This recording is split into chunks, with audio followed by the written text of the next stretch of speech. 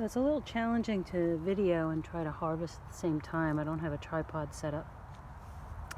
But digging them out is really like harvesting potatoes. They're a tuber, they're under the ground, and they're all different sizes. It depends on how long you wait to harvest. I usually wait until the stalks die back. I probably could have let them get a little bit bigger. But I have plenty in here, so I'm not overly worried about size or quantity. You know, you're seldom gonna eat every single one at the same time. I tend to leave them in the ground. This is a whole bucket that I just already dug.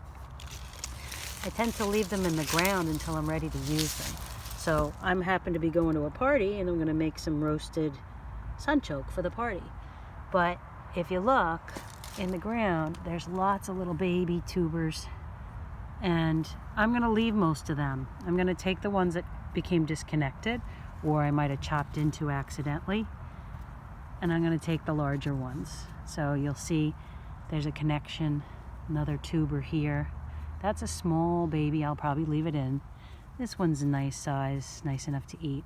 I don't need the massive ones that you could get by leaving them in.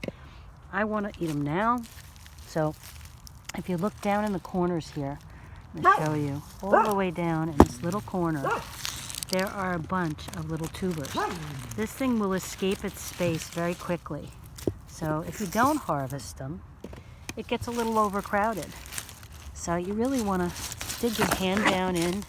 I like getting in the dirt and grab the larger ones.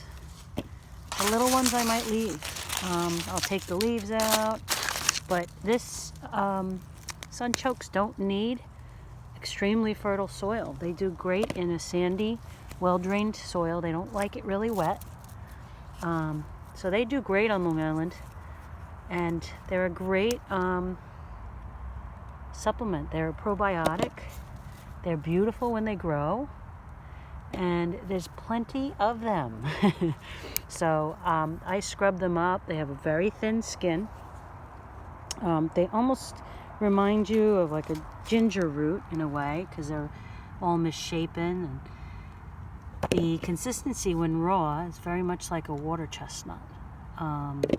When you scrub them up and you roast them, you put a little olive oil, a little salt, and you roast them in the oven. They're absolutely delicious. So I'm going to bring them for my friends. But be forewarned, if you don't have a healthy gut, in other words, if you don't eat a lot of vegetables, or if you don't have a good gut biome, you will get a little flatulence. That's expected. So I just forewarn you, if you're going to give them to your friends, make sure they know that. You don't want to surprise them. This one's a nice size right here. They continue to grow. There are tons in this one little 4x4 area that I have. And you can just snap them off, you can clip them off. There's a lot of things you can do.